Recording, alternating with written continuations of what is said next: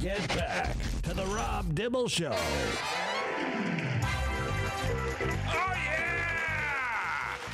A Friday edition. Wow. Sweet. Usually we run out of tickets by now. No, but how happy are you if you win something going into the weekend? Oh, you feel so pretty true. good about you. Then you're probably going to go buy a lottery ticket tonight. Right. You're feeling lucky. Yeah. It's going to be a good weekend Yep. when we win today. Congratulations to those who've won before, especially our Dane Cook winners. They're going out to the Mohegan Sun tomorrow for that show. Dane Cook, Mohegan Sun, 8 o'clock. No Dane Cook tickets on the docket today. Only Wolfpack and ZZ Top left for a Friday. Name that wolf. Playoff Wolfpack. That's right.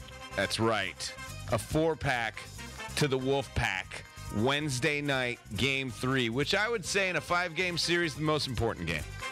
Regardless of what happens tonight, tomorrow in Providence, which I'm just predicting, I don't know, shutout via the pack. So we should be bringing a bunch of broomsticks in the XL on Wednesday, getting ready to celebrate a sweep.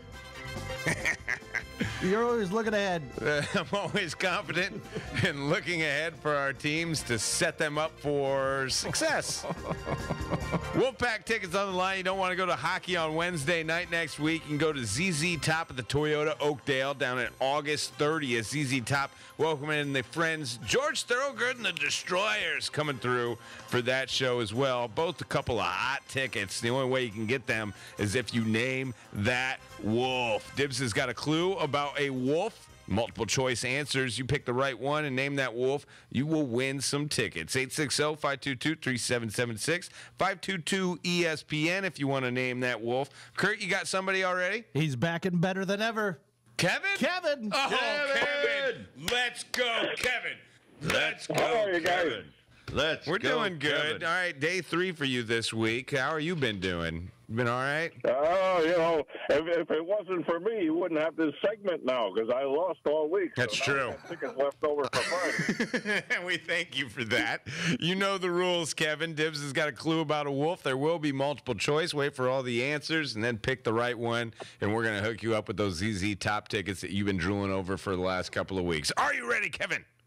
I'm ready. All right, Kevin. This Timberwolf, NBA, this Timberwolf punched his teammate this year. Was it A, Rudy Gobert, B, Dylan Brooks, C, Garrett Wolf? Oh, I say the first one, Rudy Gobert. Yeah. All right, Kevin. Excellent Yes, it was that damn Rudy Gobert. Kevin is so sick of these Timberwolf questions. Right. Kevin, let me just guess here. You want to go see ZZ Top and George Thorogood, am I correct?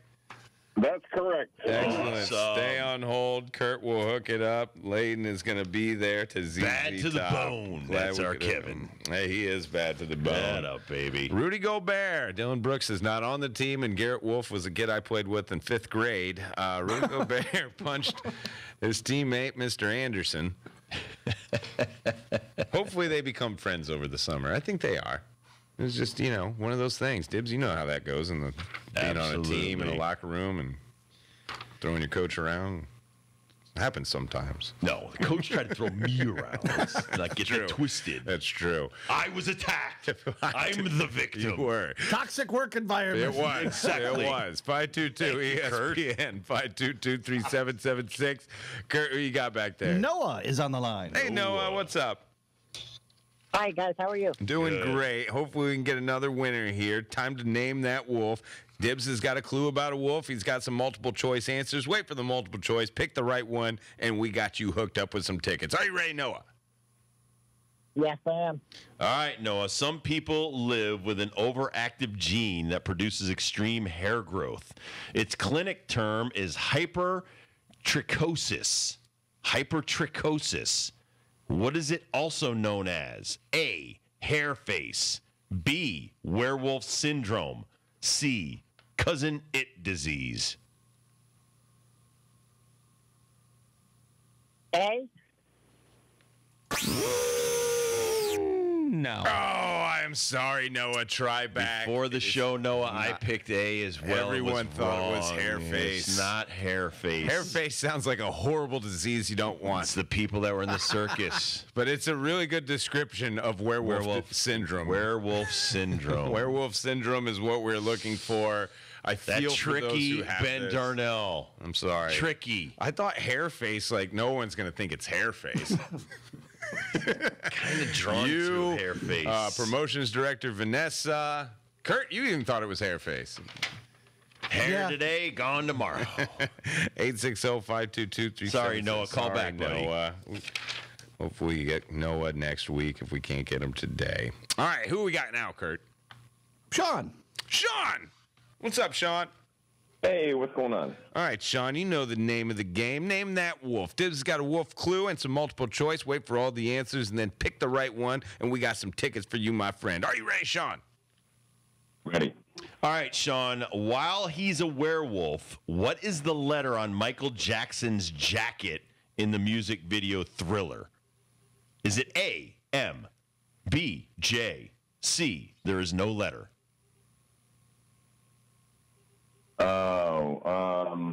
I'm going to go with no letter. No. Oh, I'm sorry, Sean. Try back. I learned this for myself today as well. M. The letter M. I'm guessing it stands for Michael. It could be McKendree High School. I don't know. Could be Michigan. Could be Michigan. We don't know, but there Colors was an were M on red there, and yeah. yellow. Yes, it was an M. That was something I learned today as well. All right, we need one more winner here before we end this Name That Wolf. 860-522-3776, 522-ESPN. Kurt, who you got? Mike is on the line. All Hello, right, Mike. What's up, Mike? Hey, Mike, you don't sound ready on, to Mike. go at all. Mike, Come on, are it's you, Friday. Are You you gotta be ready to happy. go or not? yeah, I'm ready to go. All right, there Mike's you go, in. Mike. Mike, Dibs has got a clue about a wolf and got some multiple choice for you. Wait for all the answers and then pick the right one. Name that wolf. We got tickets for you. Are you ready, Mike? Yes, Mike, those nasty Mohegan Wolves played what sport in 2002, 2003 in Uncasville? Was it semi-pro basketball? B, arena football? C, indoor lacrosse? that's lacrosse. Lacrosse, see. No. Oh, I'm sorry, Mike. No, you're thinking of the Black Wolves that just disbanded a couple of years ago.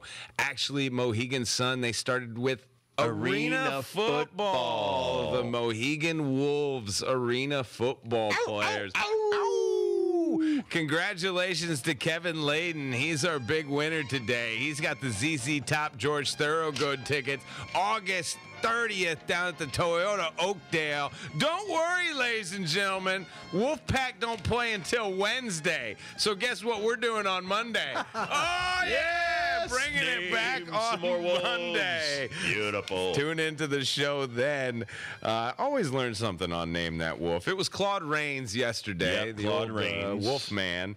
And the Invisible Man. Today, really, the Michael Jackson jacket, or really the Mohegan Wolves, was news to me. I did not know. Had no idea. You guys used to have an arena team at the XL Center, right? Yes. What was that team? Do you remember it all? No. I'm sorry to put you on the spot like that. Let me look it up. I'm guessing it had something to do with the Whalers.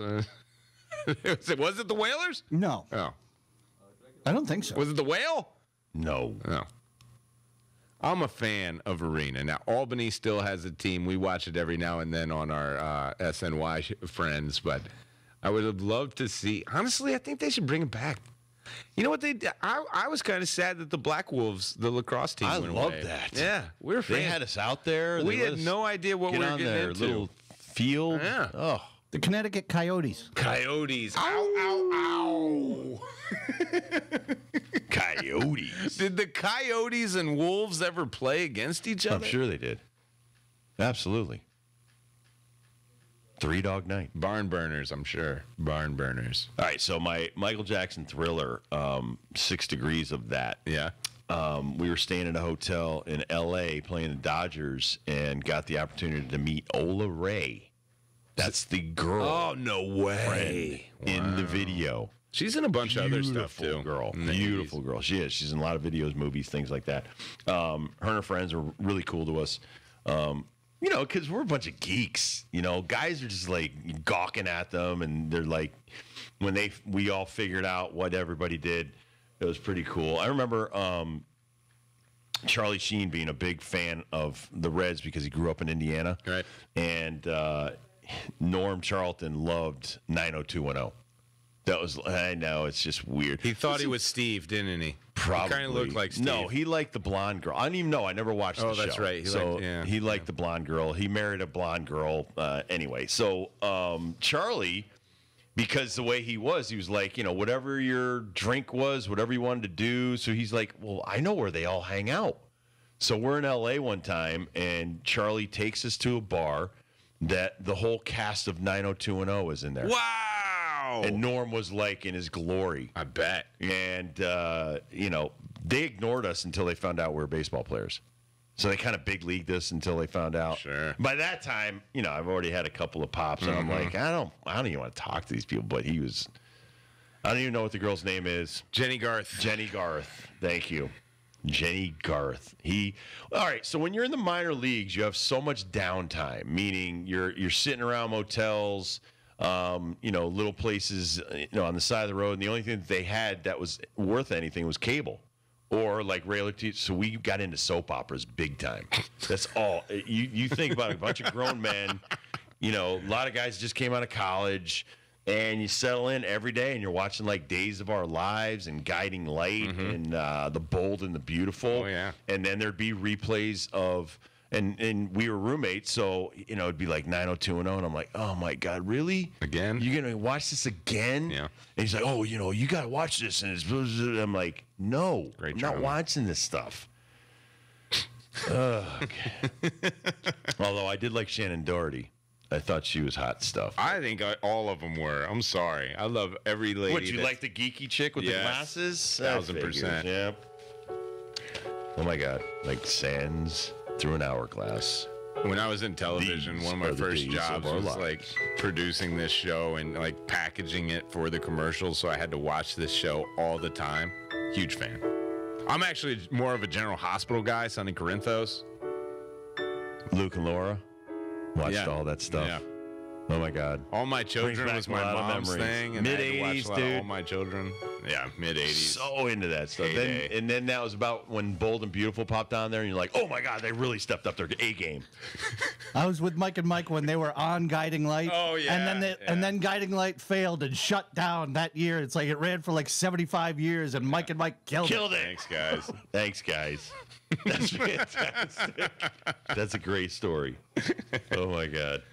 When Thriller came on as like a music video, was it like for our family, it was Beastie Boys, Fight for Your Right to Party, and then Michael Jackson, Thriller. If it's on MTV, you stop what you're doing, you And watched tell it. everyone in your house that it's on, and we're all watching it together. Again, this was my heyday, and so a lot of my downtime, especially after games, was watching MTV.